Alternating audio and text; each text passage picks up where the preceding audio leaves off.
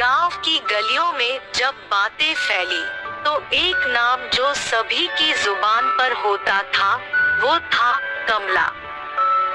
गांव के लोग उसे लालची शहद वाली के नाम से भी जानते थे। कमला गांव में एक पुरानी और अकेली महिला थी जिनकी बुढ़ापे में लालसा बढ़ गई थी और वह बाजार में अपने खुद के शहद का कारोबार करने लगी थी। गांव की चौपड़ में रोज भीड़ लगी रहती थी क्योंकि यहाँ की सड़क गांव की व्यापारी जिंदगी की गति दिखाती थी। रोजाना यहाँ विभिन्न विक्रेताओं और खरीदारों का आना जाना रहता था। लोग अपने अपने उत्पादों को बेचने की कोशिश में लगे रहते थे।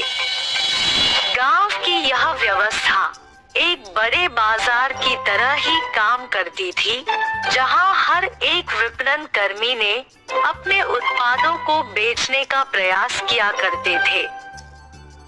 कमला बाजार में अपनी खुद की शहद की दुकान लगाने लगी।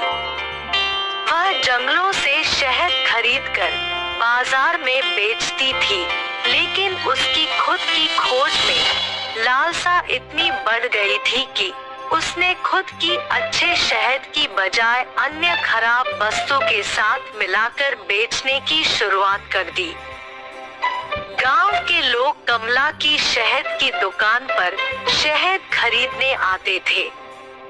वह उनके सामने मिले खराब शहद के डिब्बे खोलती और उनसे कहती, देखो यह शहद बहुत पुराना है, गुड नहीं है। मैंने इसकी कीमत भी कम कर दी है, आप इसे सस्ते में खरीद सकते हैं।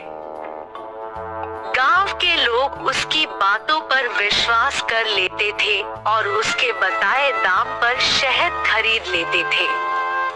कमला बहुत होशियार थी, उसे किसी के बारे में गलत जानकारी देने में कोई दिक्कत महसूस नहीं होती थी, क्योंकि उसे तो सिर्फ अपने फायदे की चिंता रहती थी। कमला का दिन कुछ इस तरह गुजरता था। वह सुबह सुबह उठकर जंगल में जाती और खराब शहद को अच्छे शहद के साथ मिलाकर उन डिब्बों को बेचने का प्रयास करती थी। गांव के लोग उसकी बातों में आकर उसके खराब शहद को खरीद लेते थे। एक दिन बाजार में विभिन्न विक्रेताओं के बीच बातचीत हो रही थी। कुछ लोग कमला की दुकान के खराब शहद के बारे में बात कर रहे थे। एक व्यक्ति ने कहा, आखिरकार ये कमला किस तरह से बिना किसी को पता चले अपने खराब शहद को बेच रही है। उसका यह काम बहुत ही अच्छे तरीके से हो रहा है। दूसरा व्यक्ति ने उत्तर दिया, हाँ तुम सही कह रहे हो। उसकी चालाकियां अब सभी के सामने आ गई है। उसने लोगों की विश्वासघाती की है और उसकी कमाई बढ़ गई है। कमला की दुकान में गांव के अन्य लोग भी आकर शहद खरीदने आते थे, लेकिन वे नहीं जानते थे कि उन्हें खराब शहद बेचा जा रहा है। कमला की चालाकियों के कारण वह गांव के लोगों की शहद की मांग को पूरा नहीं कर पा रही थी, क्योंकि उसके पास सिर्फ खराब शहद ही था।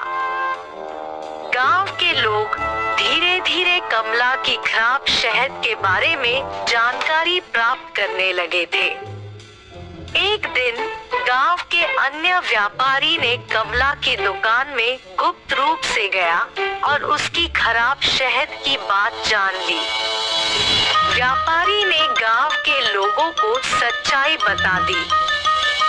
गांव के लोग बहुत ही गुस्से से कमला की दुकान पर आए और उससे खराब शहद की बजाय अच्छे शहद की मांग की। कमला ने गांव के लोगों से माफी मांगी और उनसे वादा किया कि वह खराब शहद के बजाय असली और अच्छा शहद बेचेगी। गांव के लोगों ने कमला को माफ कर दिया और उसकी दुकान पर आना बंद कर दिया। कमला ने उस पल से सबक सीखा कि लालसा और बड़े बड़े वादों से किसी को धोखा नहीं दिया जा सकता। गांव के लोगों ने भी सीखा कि बड़ी बड़ी बातों के पीछे न जाएं, बल्कि सच्चाई का पता लगाने का प्रयास करें। यह कहानी हमें सिखाती है कि लालच और गलत रास्ते चुनने से हमारा जीवन मुश्किलों में पड़ सकता है और सच्चाई को पहचानने से हम गलतियों से बच सकते हैं।